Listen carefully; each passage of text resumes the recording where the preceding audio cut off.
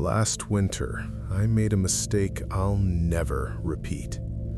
I went camping alone in deep winter. Just me and my dog, Roscoe. I wanted silence. No people, no noise. Just trees and snow. The road into the forest was narrow and barely maintained. Ice covered most of it, and after nearly an hour of driving, I realized I hadn't passed another vehicle in a long time. That should have been peaceful. Instead, it made the forest feel closed off, like once you went in, you didn't come back out easily. I parked at an old turnout that looked forgotten and hiked another 20 minutes into the woods. The clearing I found looked perfect, too perfect. Thick trees wrapped around it, and the snow was untouched. No tracks, no broken branches. Roscoe stopped at the edge of the clearing and refused to move for a few seconds.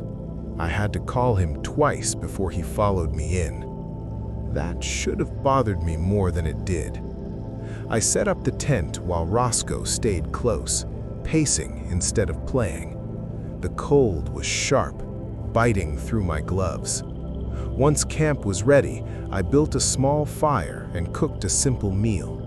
I ate quietly while the fire cracked and popped. Winter woods are silent in a way that feels unnatural. Snow swallows sound. It feels like the world is holding its breath.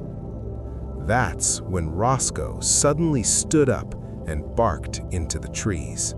At first, I brushed it off. Deer moved through these woods all the time. I calmed Roscoe, and after a moment, he settled back down, though his eyes never left the tree line. About 20 minutes later, he barked again, louder, sharper. Then I heard it. Footsteps in the snow. They stopped when I stood up. Then they started again, slower this time, careful. Roscoe went from barking to growling, then completely silent. His body went stiff as he stared into the darkness. At the edge of the firelight, I saw a shape standing just beyond the trees. Someone was there, watching us. I called out, trying to sound calm, joking that he scared me. The figure didn't respond. He just stood there. Then he stepped forward slightly, enough for the firelight to catch his face. It was a man. He asked what I was doing out there that deep in the woods. His voice wasn't friendly. It felt accusatory, like I was the one who didn't belong. I told him I was armed with my dog. He didn't answer right away. He just looked past me, at my tent. Something about that made my stomach tighten. I told him I was armed. He smiled and laughed quietly, like I'd said something amusing. He said threatening someone wasn't very welcoming, then asked how long I planned to stay out there.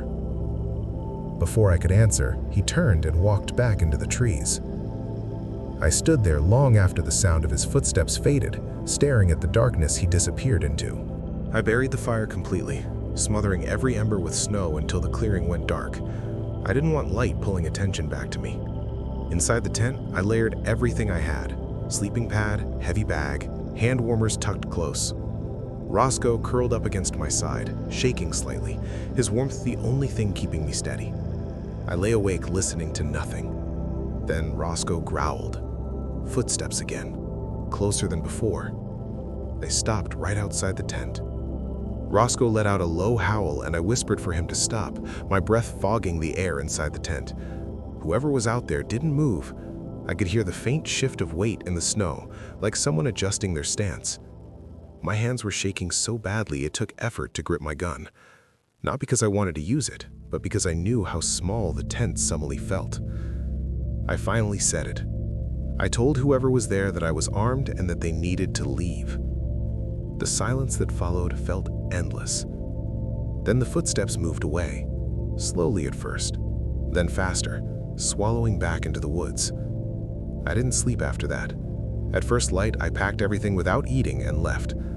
I never went back to that part of the forest. Some places don't want you there. Months later, I thought the feeling had passed. I was visiting a friend in Charleston over the 4th of July. The city was loud, crowded, alive. Everything the forest wasn't. I told myself that whatever happened out there stayed out there. That's when we saw him. A man in a pristine wedding suit wandered near the waterfront. His clothes were spotless, like he'd just stepped out of a ceremony. But the way he moved was wrong. Slow, disconnected, like he wasn't synced with the world around him. He didn't look homeless. He didn't look drunk. He looked misplaced. We avoided him. Later that same day, in a completely different part of the city, we saw him again. Same suit, same pace. There was no logical way he could have gotten there without passing us. The last time we saw him was after a ghost tour, surrounded by crowds. He moved through people like they weren't really there. No one reacted when he brushed past them. As he passed us, he glanced over, just for a second. That look told me he knew we'd noticed him before. That night, I woke to tapping on the window. When I looked outside, I saw him walking away down the alley. Right before he turned the corner, he looked back toward the house. I didn't sleep after that. That same winter, something else happened. Something worse. It started small. Noises at night. A loose door handle. My porch light turned off when I knew I'd left it on. My phone unplugged from the wall while I slept. Then, I found muddy footprints inside my house, partially wiped, like someone tried not to leave them. I changed the locks. That night, I woke to gentle tapping on my bedroom door.